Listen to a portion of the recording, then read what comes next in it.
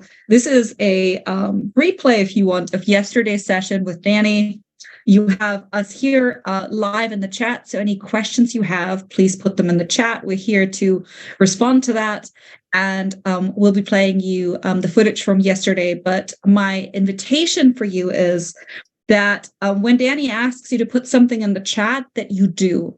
Like, if you treat this as if it's live, that's when you normally get the most out of this. Because it's like, a lot of this with working with AI, with working with ChatGPT, is about practice makes perfect. And so a lot of the opportunities throughout this day is, have a go, like practice using prompts, practice improving them. And so by you putting your answers in the chat when Danny prompts you to do that, you're actually getting that practice. You're getting to see what your colleagues who are on this live rebroadcasting are writing. And so this is how you get the most out of it. So that's my invitation for you, is play all out. It might be a rebroadcasting, but you've got 2 live humans here to answer all of your questions as well as we can. And you've got Danny with a fantastic presentation that we're going to play for you. It would be wonderful if you turn your cameras on. Obviously, if you're driving, then please don't.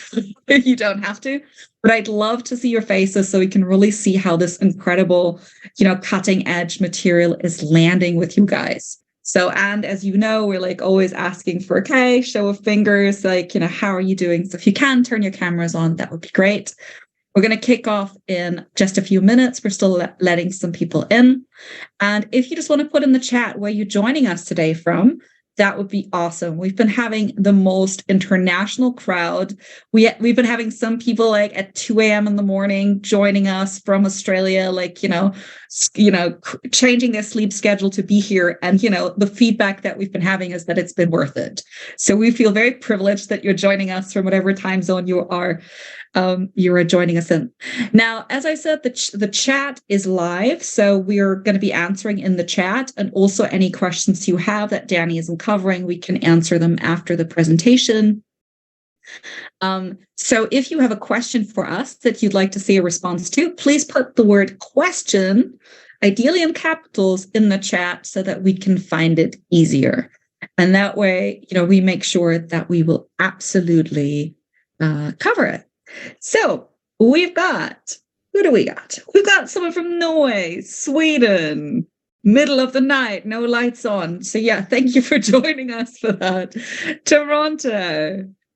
We've got Oregon, USA. Wonderful. We've got Molly from the US. So we've got me in England. So, we're already like spanning the globe here in different time zones.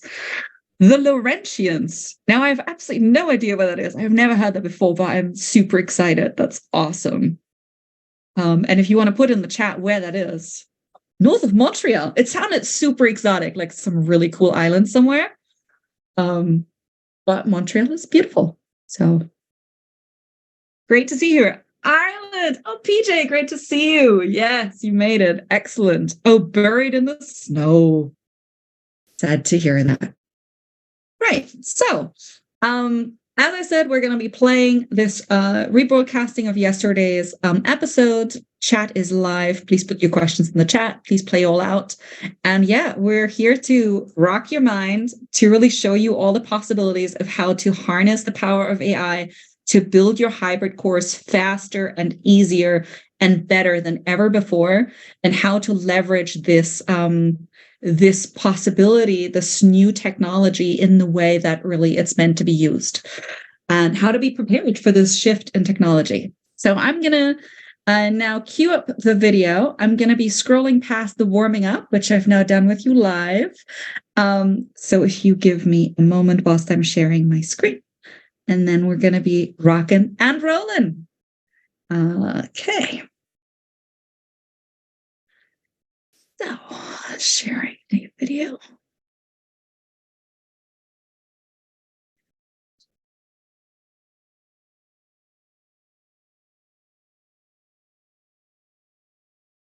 We understand. So, if you can, we would love to. If you can't, that's totally cool. Can you see the screen? Right. Can you hear the audio? We can, Cassandra. So awesome. Enjoy. All right. Hello, everyone.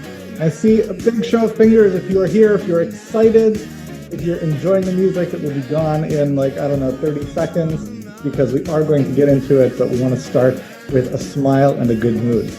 I've so appreciated everyone's energy and engagement over the course of this week. I'm excited about the content. I think this is really pretty revolutionary stuff, really on the very cutting edge. So here we go. Let's show fingers if we're ready. Let's jump in. Yes? All right. Awesome. Let's do it. So welcome to day 3 of 3 of our online courses in the Age of AI bootcamp. We are talking today about the playbook for marketing and selling courses in the age of AI. And we're going to talk about a lot of stuff. We're going to go over what are realistic financial goals with courses in 2023. We're going to talk about how to establish the credibility you need for people to buy your course. We'll talk about what market research must look like in the age of AI. These things have been changing quite a lot, especially in recent years. We'll talk about why AI makes selling courses harder, and I'll share with you a strategy to beat the odds. We'll talk about how to seed the market with desire so they're primed and ready to buy, the behavioral science-based approach to easily enroll high-paying students. We will talk about my top 4 go-to course selling strategies and how to execute them quickly with the help of AI, as well as my favorite stealth strategy to use courses to kickstart a coaching practice, and a whole lot more. This is part of, as you know, a 3-day bootcamp. On Monday, we started with an overview of what ChatGPT is, including a live demo that a lot of people found pretty shocking if they hadn't seen what the technology can do before. And then we talked more about the right and wrong way to use this technology, particularly when it comes to online courses and online business. And that is informed by the technology's limitations. First and foremost, the garbage in, garbage out problem. These technologies are not trained on the best information on your topic. They're trained on all the information available on the internet up to 2021. Newer versions will be more current, but the training data is not curated. It's all the internet, and there's a lot of garbage on the internet. So that's the first issue, garbage in, garbage out. The second big issue is that we're not talking about any kind of sentience or discernment. It doesn't understand your questions or the answers that it's giving you. It's just a statistical large language prediction model, which means that it will be wrong a decent proportion of the time, but it will be confidently wrong. It will have no awareness of the fact that what it is doing is the high-tech equivalent of bullshitting on a test, because it has no awareness of anything at all. So that's the second issue. Even though it's garbage in, garbage out, it won't have any awareness of whether it is right or wrong. And because of those limitations, the right way to use it is to do a lot more of what you're already doing and do it a lot faster, essentially treating the AI as an infinitely hardworking and only reasonably competent assistant. So you would ask an assistant to do research and to draft things and to summarize and to synthesize in areas where you have the expertise to look at what they did and know if they got it right or wrong. But you would not ask an assistant to discern or decide or finalize or represent or advise, because they just don't know enough about your subject area to make those judgments. Those would be the wrong way to use technology. But unfortunately, to quote Gary Vaynerchuk, marketers ruin everything. There is a portion of people who will use it the wrong way, which creates a tragedy of the commons and leads to the spamification of information. And that applies to articles, to ebooks, and yes, also to many online courses. And it means that the value and price of information-only courses is about to go down pretty much to zero, except for courses that are created by legitimate experts who have meaningful knowledge, discernment, and insights in their field. And there is still a market for courses that are based on that sort of expertise and follow a hybrid structure that can actually deliver transformation. That is what we talked about on Monday. And then on Wednesday, we did a deep dive into how to actually build those hybrid courses and how to save time by leveraging AI through the art of prompt engineering, which is essentially about getting better answers by asking better questions. And then we talked about the 3 steps to engineering transformation. First, people have to consume new information. They listen to the audio, they read the text, they watch the video, they're exposed to something that they were not exposed to previously. Then they need to apply what they learned. They need to try it on for size, so to speak. And this can be theoretical application with exercises and worksheets, or it can be practical implication doing actual things in their businesses and lives.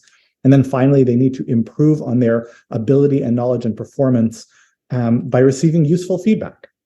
And we explored some of the AI prompts that you can use to save time with each of these steps. And I also showed you my hybrid design canvas tool that you can use to map out the different components of your course. Now, as you all know, and I see that there are some questions in the chat, we are not offering recordings. We're not releasing recordings outside of our paid programs. And the reason for this is that this is such really on the cutting edge stuff that's changing so quickly. I don't want recordings of this floating around that may or may not be current and accurate in a week, 2 weeks, 4 weeks, who knows. I will offer training like this at some point in the future, but right now we are not releasing any recordings. But at the same time, I want to make sure that everyone gets the most valuable insights of the previous sessions. Now, I really believe in the spirit of sharing is caring. I think that really exemplifies our community, which is something that I really appreciate about the people that I get to work with, which is all of you. So in that spirit, I'm going to ask everyone to share in the chat their most valuable takeaway from the last 2 sessions. And please, don't give a 2 or 4 word answer. Write it out in enough detail, articulate it in enough detail that if someone wasn't there, they will understand what you're talking about and learn something. And this is useful for the people who might have missed the session. It's also useful for the people who were there, but maybe the dots didn't connect on a really key, important idea. So I'm going to give you 5 minutes to just share your best takeaways from the previous 2 sessions in the chat, and then we're going to dive into our matter of the day. So 5 minutes starting now.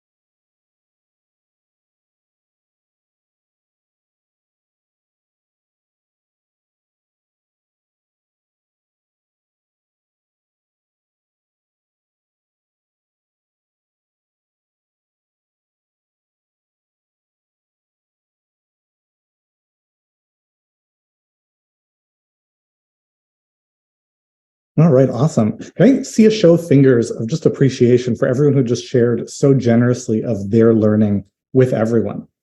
Awesome. That was amazing. And I want to encourage everyone, whether you were here for the last two sessions or not, at the end of this presentation, you should save the chat because there are so many great takeaways here. Which, by the way, you could point ChatGPT to and ask ChatGPT to summarize for you if you're looking for key takeaways, right? If we want to get a little bit meta, just saying. So I also want to just recap for everyone in case you were not there or missed a session. I did extend an exclusive invitation for people who are ready to go all in to seize this opportunity. This opportunity really not being the AI opportunity per se, but being the opportunity to thrive with online courses and hybrid courses in the age of AI. So I extended the invitation for people to apply for our new Hybrid Course Accelerator AI edition, which includes 3 full courses, our launch, audience, and scale programs, over $2,000 of done-for-you tech setup and marketing, 7 months of one-on-one coaching, a 100% ROI guarantee, where I will pay the difference myself out of my pocket, plus a bonus library of time-saving AI prompts. The response has been amazing so far. A bunch of you have already applied and been accepted into the program. A bunch more have applied and we're in the process of coordinating calls. So that's all great. I will share more details later on in the session. There are a couple more days for you to apply, but the clock is ticking. But right now, let's get into our area of focus for today, which is the playbook for marketing and selling courses in the age of AI. And since the whole point of marketing and sales is to bring in revenues, I want to start by talking about realistic financial goals for courses in the age of AI. So what are realistic financial goals for your course business in the age of AI? And that starts with each and every one of you, because goals are for you to set and then work to achieve. But I can tell you that having now worked with thousands of course creators, there are pretty much 3 like almost template goals that when people come to me and say, I want to build an online course, here's my goal, it's almost always one of these 3 things.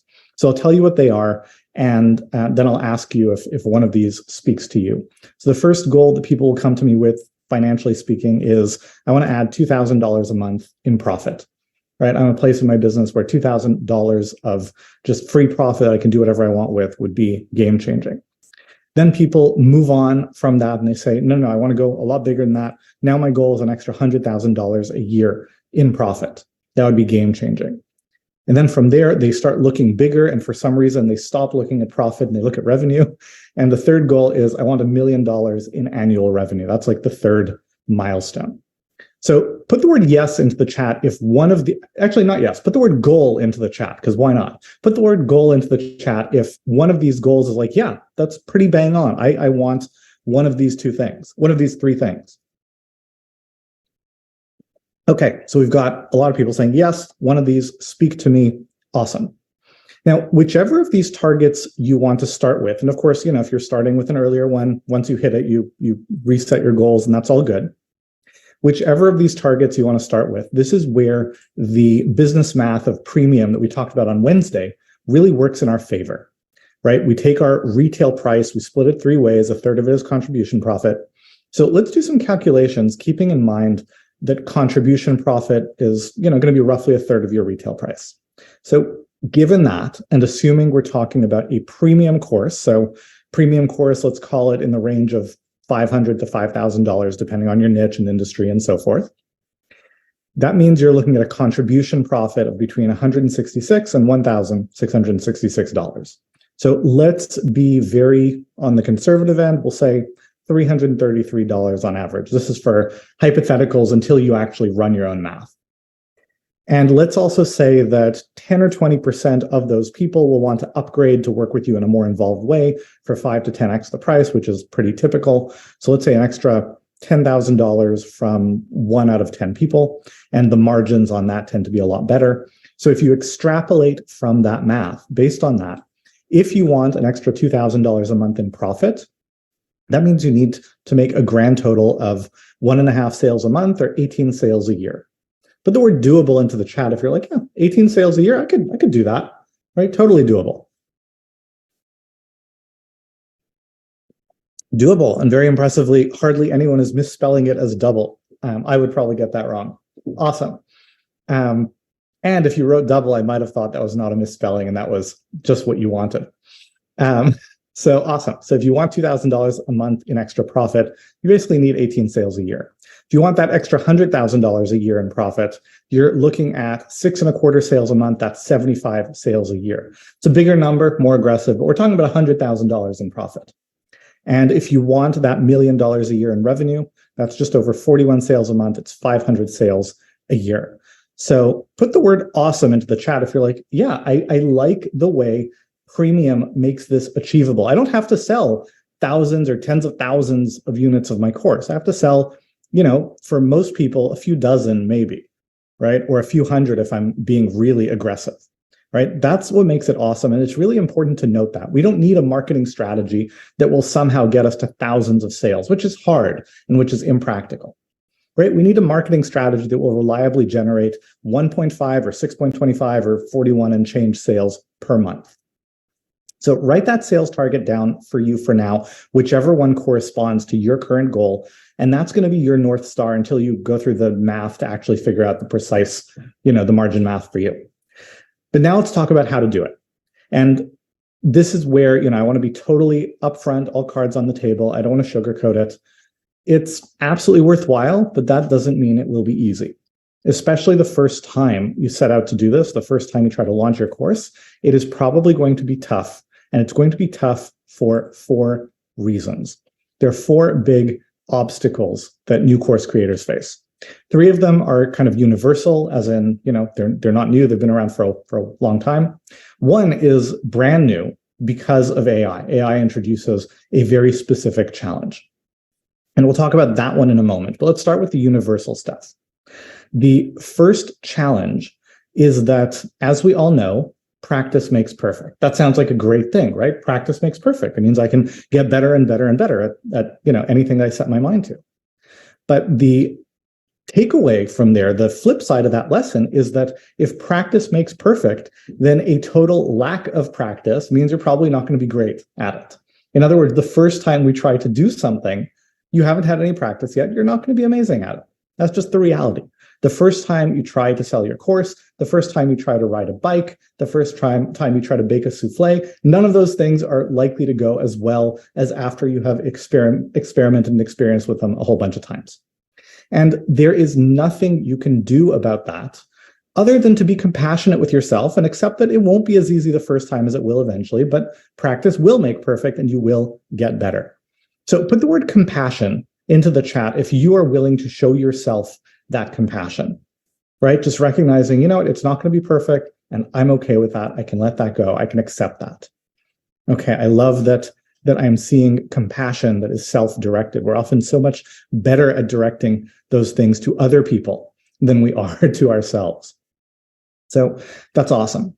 And showing yourself that compassion is easier. Okay, because when we're in a moment of struggle and frustration, we tend to revert to what is a natural instinct, and honestly, for most of us, that's to beat ourselves up. We're a lot crueler with ourselves, and we would tolerate other people being with us, or than we would be with other people. And I want to give you a frame to refer back to. So we're going to do a little exercise, because showing yourself that compassion is easier when you remember that learning curves are normal.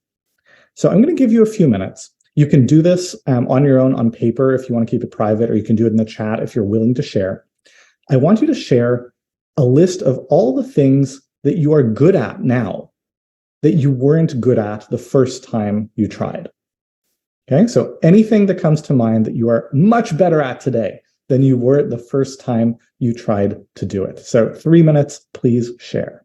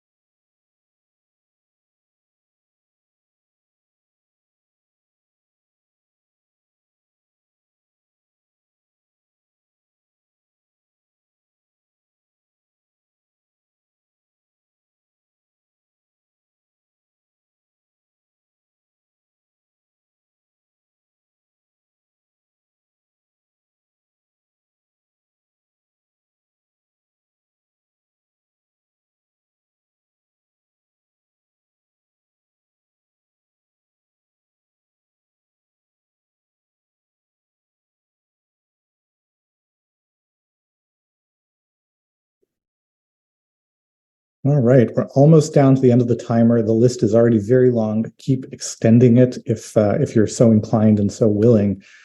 This is a really valuable and important list to keep handy, right? Maybe put it on your Post-it note board or wherever you keep your notes that are kind of, accessible when you're frustrated and need to glance at them to remind yourself, your skill level at this thing that you're trying to learn how to do, which is selling your online course, is probably on par with your skill level at all these things that you're now great at when you were first getting started. And so you're just where you're supposed to be on that trajectory. So that's the first reason why selling is hard. You just haven't had a lot of practice doing it. The second reason why it's going to be hard is that there is a credibility gap that you have to bridge. And that has nothing to do with your credentials or your experience or your reputation or your skill. It's just about the simple fact that when you tell people about your course, the first and most obvious questions that they will ask you are, who has gone through this course already and what have their results been? And the first time you are selling your course, your answers can only be, nobody has been through this course. The results have therefore been nothing, which is frustrating, but there's nothing you can do about it. The first time you offer anything, it doesn't have a track record. And again, this has nothing to do with your level of expertise or experience. It's just a matter of this being new. And we'll talk about how to overcome that in a moment. But there's another challenge with selling in general, which is the challenge of context, or more importantly, the lack thereof. We don't realize it, but so much of our ability to understand what people are saying to us comes from the context we have for that conversation. And that's why sometimes we connect with an old friend and we feel like we can pick up like nothing has happened, because there is so much context to build on. There's a great illustration of how important this is in a study that was conducted about tapping out songs on a table, of all things. What they did was they would have people come in and they would have people on two sides of the table. And so on one side, the task is, pick a tune of a common song, Happy Birthday or something like that, and tap it out on the table. And then the person on the other side of the table is supposed to guess what song they are hearing tapped out. And the tapper was asked, how often do you think that the person across from you will guess the song? So what percentage of the time? Let's do this live with everyone. Type into the chat. If you already heard this story, by the way, don't cheat. Don't put in your answer. But if you've never done this before, put into the chat, what percent of the time do you think people will be able to guess what song is being tapped? So I'm seeing Stephen saying 25%. I'm seeing 85%, 5%. 30, okay, it's moving faster than I can read, but you're all capable of reading, so it's all good. You don't really need me to narrate the chat for you. Okay, so in the study, the tappers guessed about half the time, about 50% of the time. In point of fact, the listeners were actually able to identify the song 1 out of 20 times, 5% of the time. So a 10x differential on what was expected and how it actually played out. And the reason for that is that you, the tapper, hear the song in your mind. And so you have all this context for what the taps fit into. The people listening, they don't have that context. So it just doesn't make a lot of sense. Now, when you're trying to sell something, you have the same problem that people tapping out the songs had, which is that in your mind, everything is clear. But in your prospect's mind, you're totally coming out of left field. And that is never a recipe for success. You always want people to know what you're talking about and where it's coming from, so they're ready to continue the conversation with you. Now, I have some good news and I have bad news. Which do you want first? Good news or bad news? Into the chat. What is your preference?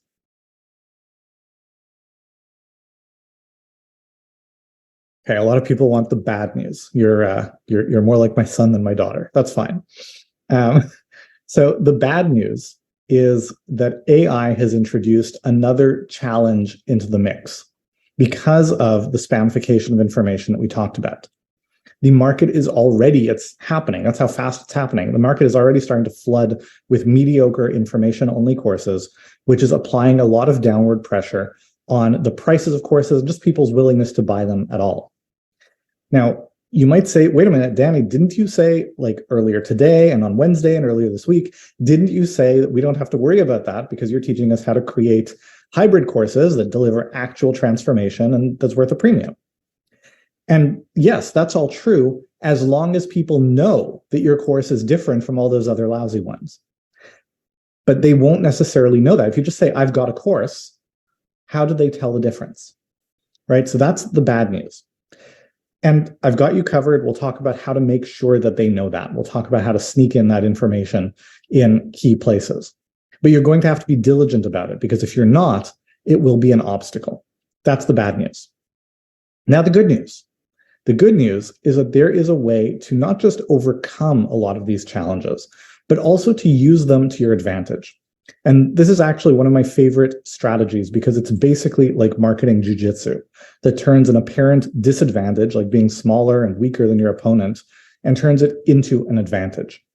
And what I'm talking about is the practice of seeding demand with a narrative of co-creation. And this is the strategy that has driven probably more sales than any other single thing I've done or taught. And it's based on some pretty interesting research coming out of Harvard, Yale, and Duke universities. And in these studies, what they did is they would have people come in, the participants in the research, and they would have them build things like origami art or IKEA furniture. And because IKEA furniture figured strongly into this research, what they found came to be called the IKEA effect. So here's how the studies were done. You had people come in and they were asked to assemble the furniture, and they were asked to put a price tag on it. What should this cost? And then they took people out of the room. They brought in new people who were not involved with the construction. They asked these new people, what do you think the price on this should be? And they put those price tags on it. So we've got two groups of people who are asked to assign a price to the given object. You've got the builders and you've got the evaluators. Now, here is the conclusion of the research. People were willing to pay more for the pieces they built themselves. In a version of this study that I find fascinating, they would have people come in, build IKEA furniture. And I mean, everyone pretty much has built IKEA furniture. Put the word IKEA, I guess the name. Put IKEA into the chat if you've built IKEA furniture in your life, right?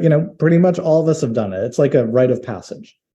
And most of us are kind of normal people building IKEA furniture. And so we do a pretty good job. The instructions are good, but it's not perfect. You've got a piece that's screwed in a little too tight. This piece is a tiny bit crooked, a little bit cracked, whatever. That's all of our experience.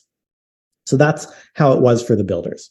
But then they would have other people build furniture, people who are professional IKEA builders. That's their job. They build the IKEA furniture all day long. When they do it, it is perfect. It's flawless. Absolutely nothing that can be improved. And they asked the regular people to put price tags on the things they built and the things the experts built. And people were willing to pay more money for the imperfect pieces they built themselves than for the perfect pieces that somebody else built. The technical term for this is the endowment effect, right? We value more things that we are involved in creating. So our goal when we're talking about engineering a narrative of co-creation is to leverage the IKEA effect by engaging your students as co-creators of your hybrid course. And what this does is it turns the lack of a proven track record from a bug to a feature. And it also seeds the market with demand. When you have those initial conversations, hey, I'm thinking about creating this course, people get involved in the narrative, you get their input, of course, which is useful. Their need comes front and center in their awareness. There is context now, and they know that you're actively working on the problem. And this does a couple of things for you. First, it gives people the real sense that they're a part of creating it. And second, it creates context so they know that an offer is coming. They know you're working on this. Now, I want to clear something up, which is the role of market research. Where does market research fit into this? And the answer is that you get those market insights through the seeding process. But I've come to not like the terminology, the languaging of calling it market research, because when you say market research, it evokes the idea of taking your time and looking in libraries and poring over reams of data and spreadsheets. But a core part of what we're doing here with this seeding process is creating that context so people know what you're talking about and where you're going. And the thing about that context is that it doesn't last forever. And today it lasts for less time than it used to. There's a ton of data out there showing that our ability to pay attention to things over time is declining. And to be fair, stats about attention span are usually oversimplified and misleading. If you want a much more detailed account, Johann Hari's book, Still in Focus, is excellent. But this is what's happening. And it's actually a trend that AI is accelerating because it contributes to the flooding of information coming at us all the time. And the upshot is that you have to do the seeding quickly. If it takes months or longer, then by the time you circle back around, the context is gone. They've forgotten all about you. So put the word quickly into the chat if you understand that, okay, I get it. I've got to do this, but I've got to do it quickly, right? I've got to do my, in air quotes, market research by seeding the market with demand so they know that something's coming. I get my insights and I move forward from there, especially in this AI world. Okay, so you guys get it. Quickly is ideally a matter of weeks, not more than a month or two. Okay, so let's talk about how to actually do it. There are 4 strategies for seeding that I very commonly come back to, and I keep kind of pulling one or the other out of my toolbox to use for marketing for myself and for my students again and again and again because they work. And they are the pre-sale email campaign, enlisting partner support, free coaching calls, and personal network outreach. I've done versions of this, all of these in the last 12 months. For myself and for clients. And what I'm going to do is I'm going to talk you through all 4 of them. I'm going to walk you through how to do all 4 of them. But I want to talk about why I'm sharing 4. Because some astute viewers might say, Danny, why 4? Why don't you just give me the one? Give me the one that'll work, and that'll be that. And the honest truth is I don't have one that will work for everyone. There are close to 500 people on this call. You guys have different backgrounds, different strengths, different skills, different resources. I do not have one strategy that will work for everyone. But I can say with confidence that at least one of these strategies will work for pretty much everyone who's here. So here's our deal. You promise to pay attention to all 4 of the strategies. You don't start listening and tune out and it's like, that one's not relevant for me. I'll check my email. Because they all relate to each other. The more you understand one, the more you understand them all. So you pay attention to all of them. And I promise that at least one of them will work for you. If we have a deal, put the word deal into the chat. Awesome. People say, deal, we have a deal. All right, let's do this. So we're going to jump in. I'm going to talk you through all 4. But before we jump in, I do want to make one comment about something that I've seen a few questions in the chat about already. And we can go into more of this in the Q&A if you want. But I want to talk about selling courses into companies. I want to talk about B2B. I often get asked, what's the difference? And the implication is that, it's totally different. It doesn't work the same way. And there are some differences, but they are not as big as you might think. The biggest difference is that there is a power dynamic difference between buyer and seller in a B2C versus a B2B environment. So let me illustrate what I mean. If you go to the grocery store, the drugstore, and you see that they have a sale on candy bars and it ends tomorrow at midnight, you might choose to buy the candy bar. You might choose not to buy the candy bar. That's your choice. But you're not going to expect to come back a week later and say, can I still get the sale price? Right? Nobody expects that to happen. We understand that the seller dictates the terms. You take it or you leave it. In a B2B context, because the sales cycles are longer and the deal values are so much higher, right? You're talking about much more expensive things. Often you're buying in bulk. They know that, look, if we're talking about 10 or 50 or 100 or $500,000, you're going to sell to me whenever I'm ready to buy. That's just the reality of how it works. And so in a B2B environment, you can't say, okay, you've got to sign up because the card is closing on Tuesday. It's your last chance. It just doesn't work that way. And so there are some modifications that need to be applied to some of the strategies I'm going to share. But in concept, they work just fine. So I just want to acknowledge that. I know that there are always people who are kind of on these calls like, yeah, B2B is different. This won't work. You're right. Some of this won't work exactly as I'm laying it out. We do teach our students inside our programs how to adapt it. But in principle, the concept does work pretty much the same way. So with that being said, let's jump in. And we're going to start with the first strategy, which is the pre-sale email campaign. And this is the archetypal strategy for launching a pilot program to your audience, a course that you are selling for the very first time. Shadi is asking, do these seeding strategies work for courses that already exist? Kind of, sort of, you can adapt them in that way, but not as well. These are really geared for selling your first course. So here's what a process might look like. You'll start by floating the idea to see if people are interested. Hey, I'm thinking about selling a course on this topic. Would you be interested? And there are more direct and more elaborate ways of doing that. Then, presuming there's a general expression of interest, you can ask for specific input. Okay, great. People seem interested. I put out a quick survey. Tell me what is one thing that you absolutely want me to cover in this course. Then you review the data and you come back and you say, I've looked at everything. It's looking good. I'm going to do it. Stay tuned. I'll have more details for you soon. And that's what the next email is. It's the sneak preview.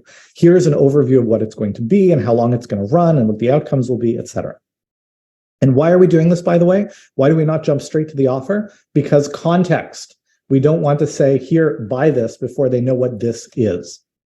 Then you start enrolling students into your pilot, right? Doors are open. You can sign up. Then you answer their questions. You reinforce the benefits. Finally, you say it's the last chance. You got to sign up tomorrow because class is about to start.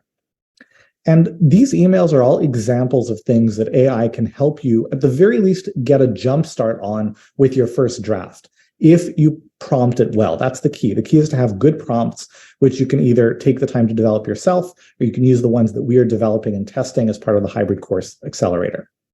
And something that's important for you to do with all of these emails is, first of all, remember that there is a logical progression, right? You only go through these steps one to the other if people are responding. If you say, I'm floating the idea, hey, is anyone interested? And nobody is, don't ignore that and continue with the rest of the steps. Take the feedback, adjust your plan.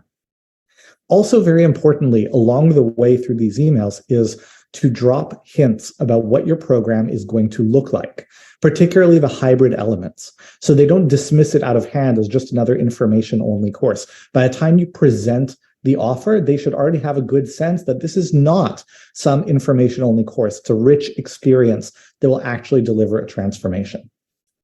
So now let's see what this actually looks like on a timeline.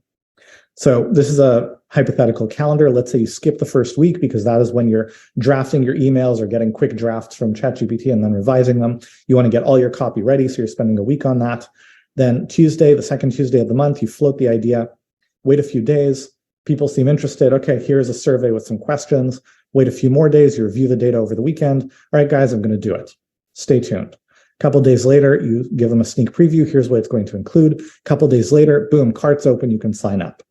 Next day, people have been asking questions, so here are my answers. Frequently asked questions about the program. On Monday, you reinforce the benefits. And then on Tuesday, you say, hey, it's your last chance because class starts tomorrow.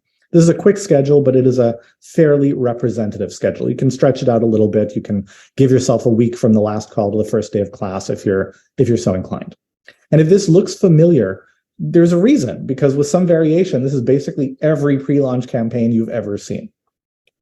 Now, obviously, this strategy does require that you have at least a few thousand email subscribers, which some people have, but a lot of people do not. So what if you don't have them? Well, that's again why I said not every strategy will work for every person. We go on to strategy number 2, which is enlisting partner support. And the basic idea here is it's similar in concept to the previous strategy, right? I said they link to each other. But if you don't have an audience, you can leverage somebody else's audience. And the first step to doing that is to have a warm relationship with an influencer. And I'll explain why in a moment, but first I want to define my terms, because when I say a warm relationship with an influencer, the reaction, I saw it on some of you on your cameras, right? There's like an eye rolling up, well, I don't have that. I'm not like best buddies with Oprah or whoever in my industry. That's not what we're talking about. We're not talking about the who's who of your industry being, your neighbor that you grew up from across the street and you barbecued with every Sunday. That's nice if that's the case, but that's not what we're talking about. A warm relationship means you've had a positive interaction, with them, whether it's by email or on Facebook or Twitter or in blog comments or at a networking event, or you bought one of their programs and were engaged there, or you interviewed them on a podcast. It essentially means that if you were to reach out to them, they would recognize your name with some degree of positivity, right? You've had a positive interaction with them in the past. So I'm going to give you a few minutes. I want you to make the list for yourself. Make the list of just how many warm relationships with influencers in your space do you have. I'm going to give you 3 minutes to work.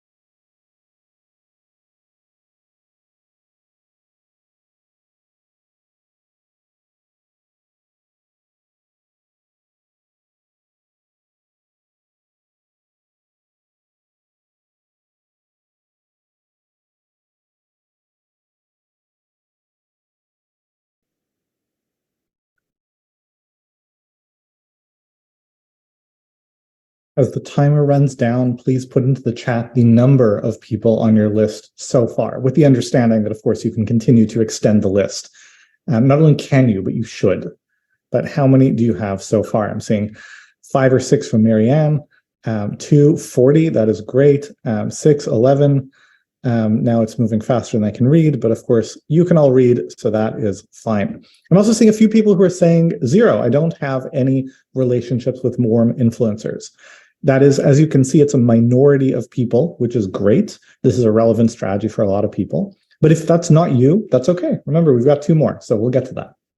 But for everyone who does have at least a few warm relationships with influencers, let's talk about how to make this happen. So you start by reaching out to them. And I'm going to give you, a template of an email message. And there's no subject line for this email message, and that's intentional. Because, subject line is important in an email. But the reason I'm not giving you a subject line is that you want this to be a reply to your last interaction with them, right? You want them to kind of be reminded of the relationship you already have with them. So someone asked, does it count if I have their name and their email address, but I've never interacted with them? No, then it doesn't count. It's not a warm relationship. Doesn't mean you can't reach out, but you'll do it differently. But you're going to reach out, and your first line is going to be something like, thanks again for, and you fill in the blank. Essentially, you want to remind them of why they like you, right? Call back to whatever the last positive interaction you had with them is. Then you say, I am writing because I'm gearing up to try something new that I think your audience would really appreciate. It is a new course that I'm planning about, fill in the blank with your instant credibility formula, which is it's a 1 or 2 line description of what you're doing. We teach people how to do that in our courses. I've already had great responses from people about the idea, which presumably you have. You've done some market research, and I'm looking for a small number of pilot students to try it all out, either at a significant discount with a special level of support, whatever it may be. With your permission and blessing, I'd like to give your community first dibs on these spots. What do you think? Would this interest you at all? That's it. It's a pretty simple, straightforward outreach. If you have a positive relationship with them, it's not that hard of an ask. And if they have a reasonably sized audience, it's not like you're asking them to send 40 emails promoting your thing. 1 or 2 emails should do it. And this actually simplifies the promotion that we talked about for the previous campaign. You basically cut off the first half of it because your partner will do a lot of that framing and context when they send the email. They'll send an email straight to the offer, except the offer will go to an opt-in page. People can opt in to get the details. Then it takes them to the sales page, which means you have the name and email address, and you can follow up with the rest. You might kind of extend the campaign a bit, push the frequently asked questions by a day, but that's it. It's shorter, it's more straightforward. The earlier part of the campaign is taken away because they'll get the context from the partner. That's our second strategy. And it's great for a lot of people, but if it's not great for you, that's fine. We move on to strategy number 3, which is free coaching calls. And spoiler alert, this tends to be the most popular one that I share with people. This is the one that people get the most excited about because it really is powerful and can have a lot of positive implications. And the idea here is to use free coaching calls to build interest and lead to your pilot. So no big audience needed. And the best case study I have for this, although, I've had hundreds of students do this, if not thousands, we've helped a lot of people do this. But the best case study comes from an old colleague and friend. His name is Lou Dallow. And here are the results that he had. So just so you understand the framing.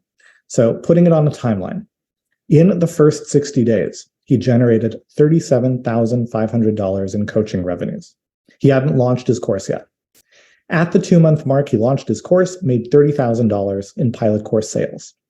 Buckled down, delivered the course for the next 7 months. Then at the 9-month mark, he launched the course again, made $100,000 in course sales and another $250,000 in coaching revenues.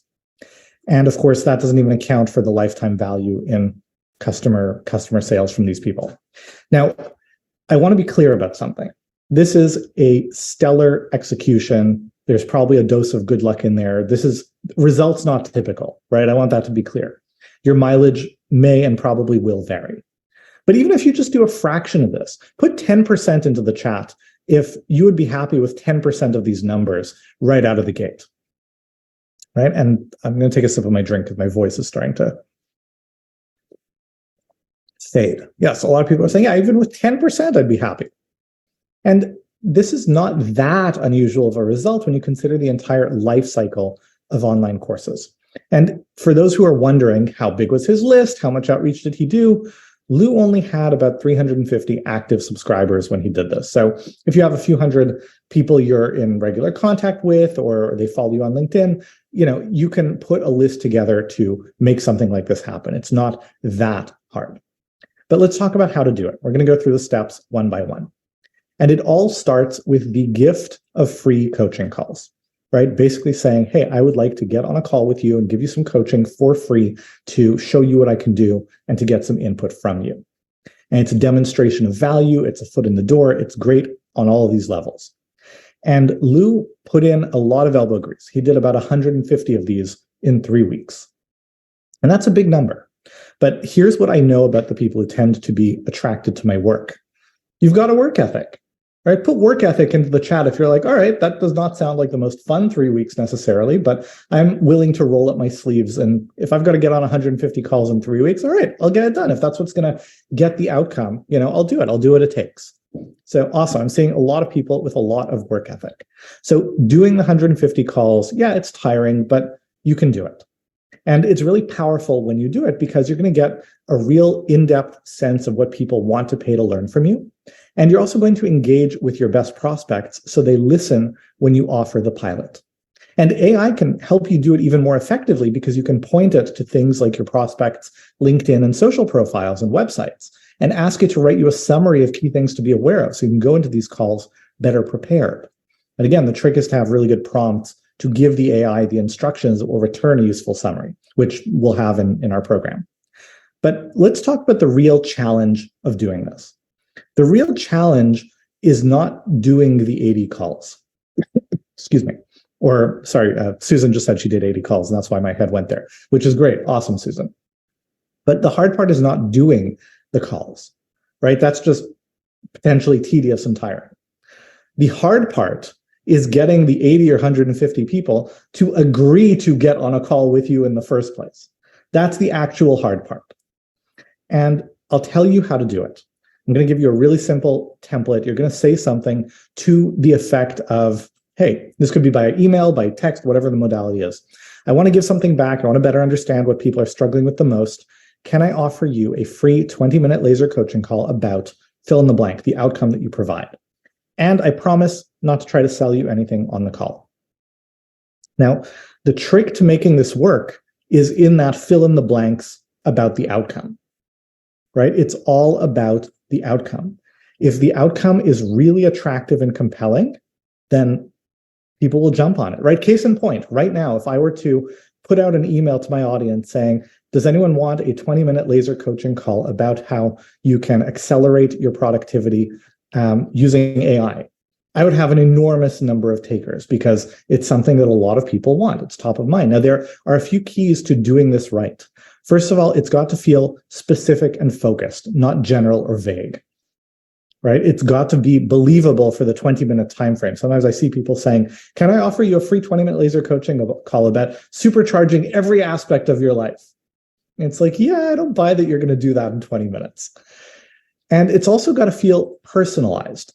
So they can't just ask you to send the information. If it's, for example, can I give you a free 20-minute laser coaching call about the most common way that people overpay on their taxes, right? I'm going to say, well, just send me the PDF with the information because it doesn't feel like it's specific to me. It's got to feel like something that you actually need to talk to me to give me the useful advice.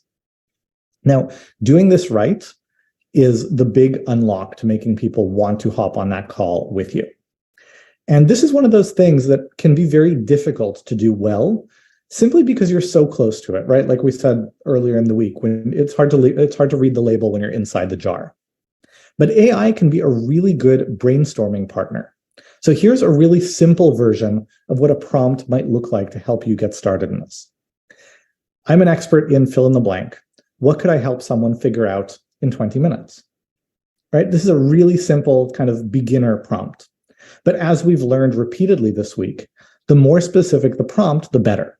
And the real advantage isn't in copying a really good prompt. It's in understanding how to craft your own. So I'm going to give you a few minutes now. And what I want you to do is I want you to practice. I want you to share in the chat How might you take this very basic prompt and improve it to get better results that will be more helpful for you in finding the specific outcome that you want to speak to in that offer that will get people just jumping at the chance to talk to you? So again, the homework for the next exercise is to take this very basic prompt. I'm an expert in fill in the blank. What could I help someone figure out in 20 minutes? And refine that prompt to the point that it will be very helpful to you.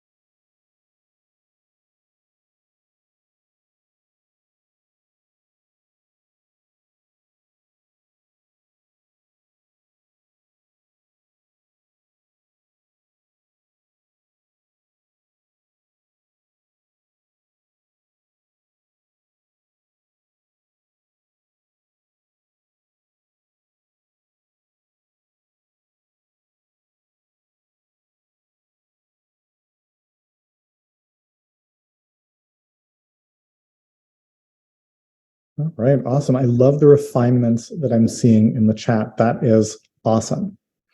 You want to keep on thinking about how to do this, and it's really helpful to have your ChatGPT account, try the prompt, and if you're like, nah, I don't love this result, change the prompt and try again, right? You want to develop over time the muscle memory of what makes for a good prompt that gets a good response. But again, remember, you never ask a question of the AI that you're not qualified to evaluate the quality of the response. So when you do this, when you put this out there, the outcome that people really want, they raise their hands, you do the coaching calls, you're going to do two things. First, you're going to learn what your market is looking for. And this is going to set you up to launch your pilot course really well. And this is an area where you can use AI to help you. For example, by putting all the notes and the call transcripts from these conversations in a document and asking the AI to summarize the insights and the takeaways and what do people seem to want and all that kind of stuff. So that's one thing. But the second thing that you can get from this is that you're also going to sell coaching services. And the sharp attendee will notice, hey, Danny, wait a minute, didn't you say in the invitation, I promise not to sell anything when I invite people onto these calls? And the answer is yes, we did say that, and it's important to say. But if you do a good job with the coaching, some of them will say, hey, can you help me more? And so you just say, I promised not to sell you anything on this call, and I want to honor that. But let's set up another call, and we can discuss it then. And that's it. That is all it took for Lou to make those $37,500 in coaching revenues from the calls that he did. Then, of course, after the calls, they'll be ready and eager to hear from you. So you offer your pilot course when it's ready. That's the $30,000 that he made. Then you double down, you deliver the pilot, gather feedback, launch your full-scale course, and you're off to the races. So that is strategy number 3. And I think that for most of you already, one of these will work. But there is a fourth strategy that I should share, and that is personal network outreach. And here what we're doing is we're just keeping it really simple. We are reaching out to the contacts that we have to see if they'd be interested in the pilot. And it's important to have this in your back pocket, because even if you don't have a list or audience in air quotes, you're still connected to people who could be interested. People who are on your phone and email contacts, people who are Facebook and LinkedIn connections, social groups and clubs that you belong to, professional associations, and so on and so forth. And you can and should reach out to those people, and it's pretty easy to do. Now, when I teach this strategy, the kind of gut reaction that some people have is, Danny, I don't want to call everyone I know to sell them something. That feels super icky. And my response to that is always, yeah, it's super icky. Please don't do that. I don't want you to call everybody you know and try to sell them something. They're going to think you joined some multi-level marketing cult. Do not do that. But what you could do is just reach out to the people that, from what you know about them, they could legitimately be interested in this. And just tell them a little bit about what you're doing. Say, hey, I'm thinking about doing this. Give them a couple lines of an explanation and say, is this something you might be interested in? And they can say one of two things. And yes is not an option. They cannot say, yes, I'm interested, take my money. You've told them like 2 sentences. They have not received enough information to say yes. But they could say, no, I would not be interested in that. In which case you can say, okay, no problem. Can you tell me why not? And you make it clear, you're not trying to convince them. You just want feedback. You didn't say you're doing this. You said you're thinking about doing this. If they're not interested and there's a good reason why you shouldn't do it, now is the time to find out. So you get their feedback. They might also say, maybe, I might be interested. Tell me more. And then you explain all the details of your offer. You say what it's going to encompass and how it's going to work and when it's going to start and what the outcomes are going to be and how many people you're going to accept and what the price will eventually be and what the price will be for the first run and everything. Making sure to share everything about your program that makes it attractive and more than worth the premium that you're charging. And based on that, they could say, no, I'm not interested. So you say, okay, give me feedback. They can say yes, in which case you say, that's fantastic, give me your credit card. Or they could say, maybe, I'm not sure, I have to sleep on it, I have to think about it. You say, okay, can you let me know by Monday? And that leads to either a yes or a no.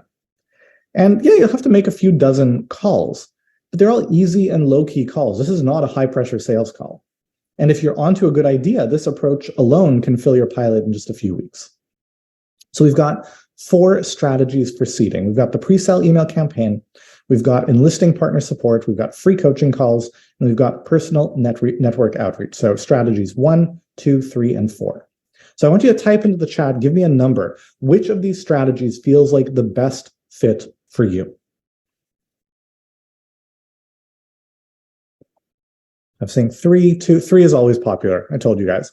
But I'm seeing some number 2, I'm seeing some number 4, a couple of number 1s, which again is why I shared all 4. I don't have one strategy that will just work for everyone. But between these 4 strategies, if you're willing to roll up your sleeves, it's going to work for everyone who's here. And by the way, what you're doing right now, the telling me which strategy is the right one for you, that is also your homework for today's session so that you can get the slides. So if you want the slides, you just need to tell me and my team which seeding strategy feels like the best fit for your business and situation. Send your answer to support@mirasee.com, subject line AI Courses Day 3 Homework, and we will reply with the slides. And I hope you will get serious about the strategy that is right for you, because this is where the path to making those financial goals a reality starts. And there's no question around, how, people tend to ask me, how long does this all take, right? If I want to get to $2,000 a month in profit or $100,000 a year and so on and so forth, will just doing this thing one time, will that do it? The answer is no, right? It's not going to take you all the way there, but it is the first step and it will give you a lot of momentum. And how long it takes to go from where you are to these particular goals depends on a couple of things. And I've seen people go from 0 to that $1 million mark in as little as 3 or 4 years. I've also seen it take a lot longer. And there are a few things that make the difference. A lot of it comes down to one word. If you can guess, what is that one word? Put it into the chat. What is the one word that encapsulates the difference between making this all happen in a small number of years and a very long one or never? And some of you got it. And of course, I shared the answer with you earlier on the first day. The answer is discipline. Consistently choosing what you want over what you feel like, which means putting in the time, doing the work, and stepping out of your comfort zones. And it's not just about working hard. It's also about getting the training and coaching and direction that you need to make sure you're taking the shortest possible path to your goals, which, as we've talked about, is what any good course is about. It's a shortcut to getting you to where you want to go in less time, at less cost, and with less risk of failure, which brings us to our last off-ramp. At this point, you know what it takes to succeed with online courses in the age of AI. You're either really excited about what hybrid courses powered by AI development tools can do for you and for your students and for your business, or you aren't. And if you are, then it is time for you to opt in for the shortcut. It's time for you to say, I want to get there. I want to make it happen. And the way to do that is through our hybrid course accelerator, the AI edition. This is the cutting edge version of our most effective course building program, upgraded with AI prompts that we're developing to make everything easier. It covers 3 full-length courses: hybrid course launch, hybrid course audience, and hybrid course scale. The entire training is designed to support you in building and profitably launching the hybrid course that can be the sustainable engine that creates leverage, freedom, and impact in your business and your life. And it isn't just about the training. The accelerator also comes with an incredible level of support. 7 months of bi-weekly, meaning every other week, support from your one-on-one course building and marketing coach, concierge tech setup and copywriting through 150 credits with our Mist digital agency, and the prompt library. And we've talked about what AI prompts are all about and what they can do. And I want to make sure you understand the breadth of the library that we're building. We're going to have ChatGPT prompts to help you with every area of building your hybrid course business: niche selection, market research, outreach messaging, program outlining, lesson planning, drafting content, planning homework, templating support, sales copy planning, and a ton more. Thanks to the integration of AI, it has literally never been easier to follow the steps that we teach and finally build the hybrid course business that will create the leverage, freedom, and impact that you want. Now, if you look at all the components of this program, you just add them up, not including the AI prompts, because I don't even know what price tag I would put on this. I just know that it would be not small. it adds up to about $14,000, definitely a five-figure investment. But because of how time-sensitive this opportunity is, we are reducing the price right now so that if you were to join the program, you would only make 12 monthly payments of $595. And you can save even more if you choose to pay in full.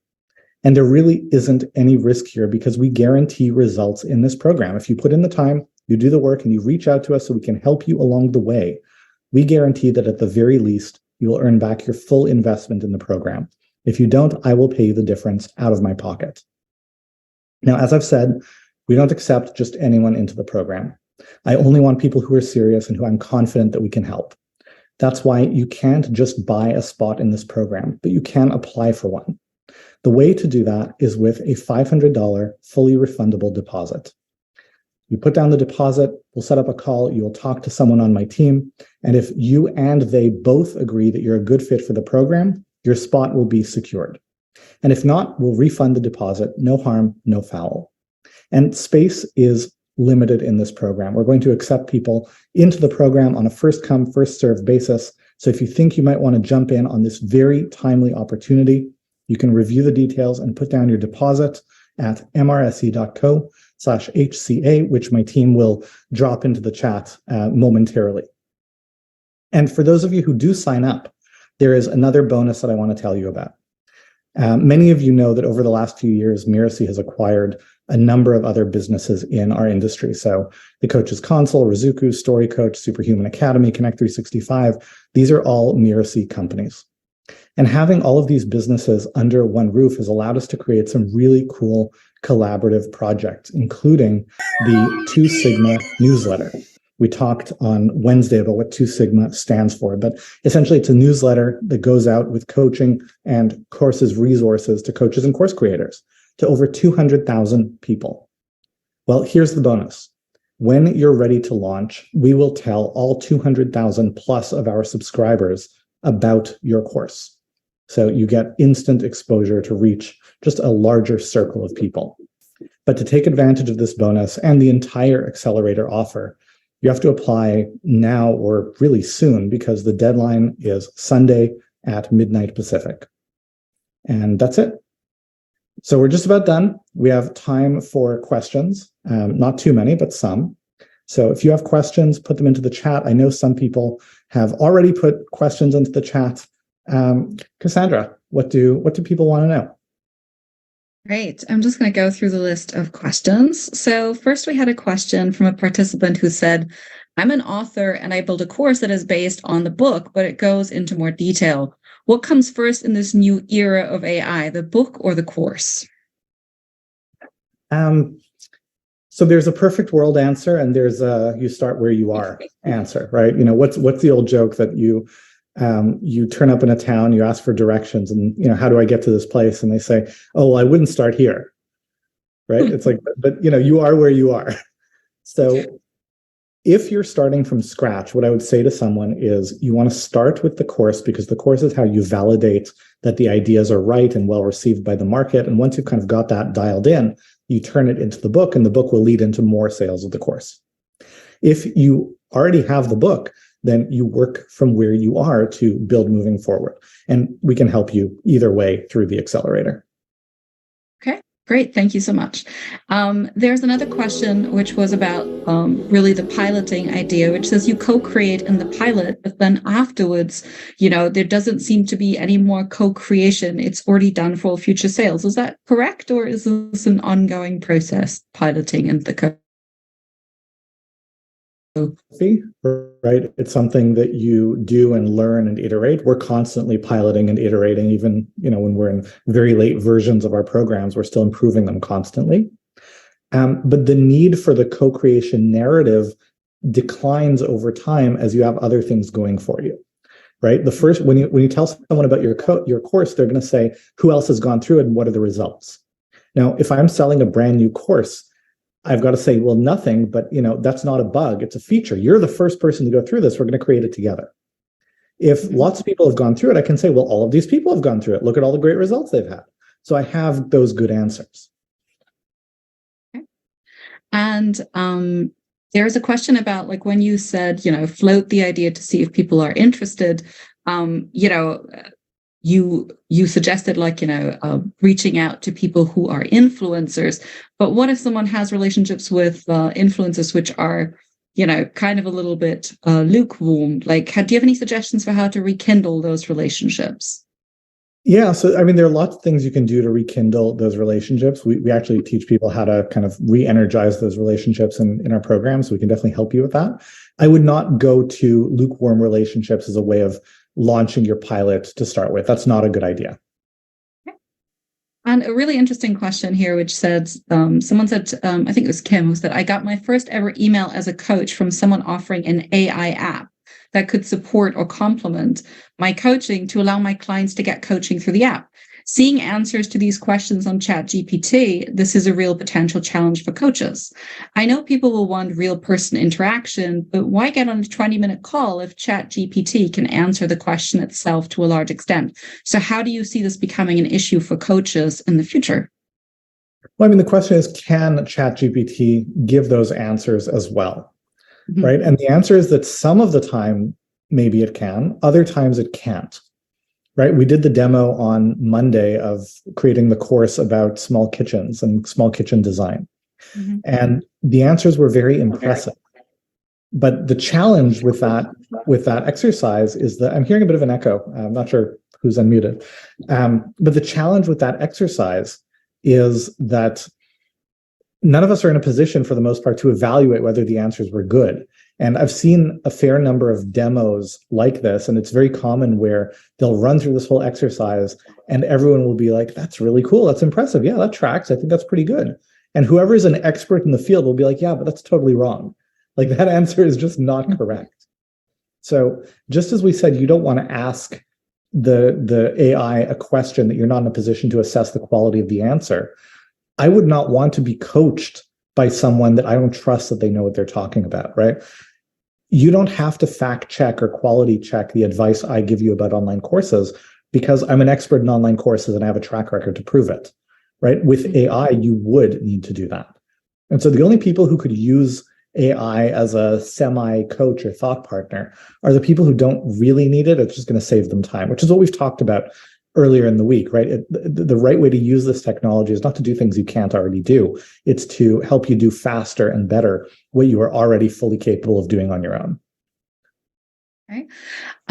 So we have a couple of different questions here. Like, we have a few people who've gone through some previous courses like HCU, or who even gone through HCA before.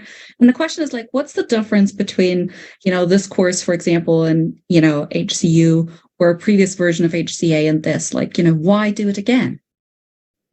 Well, I mean, if you've already been through HCA, you should not do this again. It's the same. It's pretty much the same, plus all the AI training. If you've been through HCU and you're like, I need a lot more help and support and I want to accelerate, then HCA will do that for you. It's the same core content, but it's a lot more coaching and it's a lot more personalized. You're going to be able to move a lot faster. Now, that being said, I don't think people should sign up for this just to get access to the library of AI prompts, right? That is not what you should be doing. This is not fundamentally an AI course. This is a hybrid course building course and training and coaching program with AI support and guidance along the way. And if you're in one of our programs, like one of our other course building programs, eventually we're going to roll out the prompt library to everyone. But right now we're developing it in real time. And this cohort of HCA is going to be they're going to be the first people to get access. For sure. Okay, great. And someone asked, like, if they pay a deposit to secure the spot, like, can they start the course later after getting the rest of the finances covered? Or is it like when does it kick off and how flexible is that date? It kicks off next week. And it's flexible in the sense of if you need to start a week later or something, we can be flexible around that. But you can't put down a deposit and then be like, I'll start at some point in the next few months. Like, that doesn't work. Yeah, and as you said, the technology is so young, only like released in November. Like, whole like you're wanting to get that first mover advantage, so it really makes sense to jump in if you can, as soon as you can. There's a question here from Faith, who says, "Is it better to have a course already created to benefit the most?" She says she's taken a number of courses on how to create courses, which is because she has a full-time coaching business already. She's never really had the time to launch. So would it be a good idea to have a course developed already, or is program teaching you everything? Can you start from zero, or where do you need to be to make the most of this? Yeah, sure. So you don't have to have anything already built. We work with you from zero, but if you have stuff already built, we will help you work with that to the extent that it is good and feasible. But you definitely don't need to come into our program already having a course built. That would defeat the purpose. I'm just going through the chat to see if there's anything I've missed, because we've worked through the question that people had here before. Okay. Okay, so that's a really good question from Deborah here. She says, an audience may not actually know what garbage is being spewed through AI. So, in the super spamified marketplace that we're about to enter, like how exactly, can we really show that we are delivering quality rather than some generic mediocre course? Well, so there are two ways to do that. It's a really good question, right? One is about the structure and promise of the course. So, if I offer coaching, if I offer support, if there are all these components in the course that are not just set and forget it information, that is not being delivered by an AI.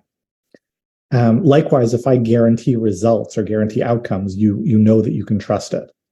But in terms of just promise, kind of helping people see your expertise, the mark of real expertise is being able to say, everyone else thinks X, but actually it's Y. So as long as you can make those distinctions, people will see, oh, okay, he knows what he's talking about. She knows what she's talking about. Right. So there's a question here about what time zones do we support? Like what times are coaches available? We have coverage, throughout the week and throughout the different time zones. We have students across the world, so that's not an issue. But if you have any concerns about time zone accessibility, book the discovery call, put down the deposit, and explore whether, what is your situation, what are your constraints, and if we can't help you, we'll say so. Yeah. So if there's a question that you feel really moved to do this and to be a part of it, but there's some questions or a very unique situation that you have that's going beyond this call, just book yourself in for that initial conversation. And then, if it's not a fit, you get that $500 deposit back. Is that what you would advise? I would, but I mean, don't book a call as like, I'll kick the tires and maybe see. No. Book the call if you think you want to do this. And if you have questions, that's fine. Of course, we can answer them and make sure it's a fit. Okay, great. And a question from Deborah. Can ChatGPT read my book and interpret it to come up with a course outline? It can try. I don't know how good the results will be. Not to say they'll be bad. Whether or not they'll be good or bad will be at least in part a function of how good the prompts are that you give it. But that's certainly something you can try, because you wrote the book. So you have the expertise to look at what it gives you and say, this is good, this is not good. I would be a lot more skeptical about trying to do that with somebody else's book in a space that I don't understand, and then I'm not in a position to evaluate. Absolutely. And Renee is asking whether the coaches can help her with the structure and value of her course. Absolutely. Absolutely. Great. There's a lot of appreciation in the chat, lots of people really valuing the material. Very impressed. Question for everyone. Yeah, there's a lot of compliments in the chat for you. Denise is asking, can we move through the online course at our own pace? Yes. Or okay. So they have lifetime access to the materials, correct? Oh, it's funny. I took that to mean faster than the pace as opposed to slower, but I guess it works both ways. So you get the coaching runs for 7 months. You do get lifetime access to the content, so you can go more slowly or more quickly if you like. But a big part of the purpose of the coaching is that we can be there with you to move as fast as you're willing and able to move. Okay. And another question. So there's a couple of questions about, if you missed one of the webinars, like we said, there's no replays, but you can still get the slides. So there was a homework exercise, just like for this one. You can just email us at support@mirasee.com, letting us know what you want, and we can send you the prompt that you're missing. Yep. And at the beginning of this session, a lot of people shared their best takeaways, and people are very generous and detailed in that sharing. So saving the chat will get you a lot of that download. Okay. Marianne is asking whether the AI material eventually will be available to ASA students. Yes, Yeah, absolutely. But after we've developed it. Absolutely. Okay. And So I see we're actually approaching the bottom of the hour, and I like to end calls a few minutes early when I can so that you don't have to feel rushed to whatever you're getting to next. I do know that you're going to have a lot more questions. We've all had the experience of being on a session, it's all great. You get off and you're, damn it, that's what I should have asked. So whether that happens in an hour or in a day, you can reply to the emails that we've sent you, and we will be there to respond. I would love to get to work with a lot of you through the accelerator. We do have a capacity limit because this trend came out of nowhere, and we're just not equipped for 50 or 100 new entrepreneurs in this program. But we have room for up to 35, and I'm excited to work with up to 35 at this point. If you want to be one of them, or consider it at least to be one of them, go to mrsc.co/HCA. Finally, there's one last very important thing that I want to say to all of you, and that is thank you. Thank you for your presence, your energy, your engagement over the course of this week. Thank you for doing the homework, for sharing the exercises, for engaging with your colleagues, and thank you for just being open to playing with and feeling out where the space is and where it's going. I really appreciate and value the energy and dedication that you bring to your work and to our industry. And I look forward to hopefully working with many of you. So on that note. Hello again. I hope you found this an incredibly valuable session. I've been hearing in the chat, lots of you really appreciating this material from Danny, him answering lots and lots of your questions. I hope you've enjoyed those 3 days of the bootcamp. You can still get the slides for today. We put in the chat the question and where to go. It's support@miracy.com. If you want the slides from the previous days, or if this is all brand new to you, that's fine. Just email us and we can let you know those prompts. They've also been in the chat. Thank you for taking this time out to explore something really brand new that's only really been released to the public in November. So you're really here 3-4 months after this technology has really reached people, and it's already more than 100 million people, but more impressive, who are using this technology. So, really getting familiar with this technology now and seeing how you can use this for your benefit in your course creation is so key. So yeah, thank you for spending these however many of the 3 days that you've attended with us. And so if you have any questions, you can email us to support@miracy.com. And if you feel like, this is exactly right for me, you feel in your gut, this is the time, this is the place, this is where I'm meant to be, I want to be part of this, then please do sign up for one of the initial conversations, pay the $500 fully refundable deposit on the miracy.co MRSC. We have the link in the chat. Put it in the chat again. The miracy.co HCA deadline for signing up to this, at least the initial call, is Sunday at 11:59 Pacific. And if you feel moved to do that, at least book that call. If it's not a fit, you get that deposit fully back. But if you feel, this is the time, this is my time, and I really want to use this technology, then we really invite you to apply for your spot. And we'd be delighted to see you inside the program. Thank you so much, Molly, for your support. And thank you to each and every one of you for playing all out, for really putting all of your things in the chat and really, treating this as though it's live. Unfortunately, there's no more replays. This is it. This was the live encore where you had us with you. But if you have any further questions about any of the materials, please email us. We're always just an email away for you guys. So with this, I release you into your weekend. I hope you have a wonderful rest of your weekend. And we're delighted to see you at some time, hopefully very soon, inside one of our Miracy programs. And we'll keep you up to date on other cutting edge things as they're coming out.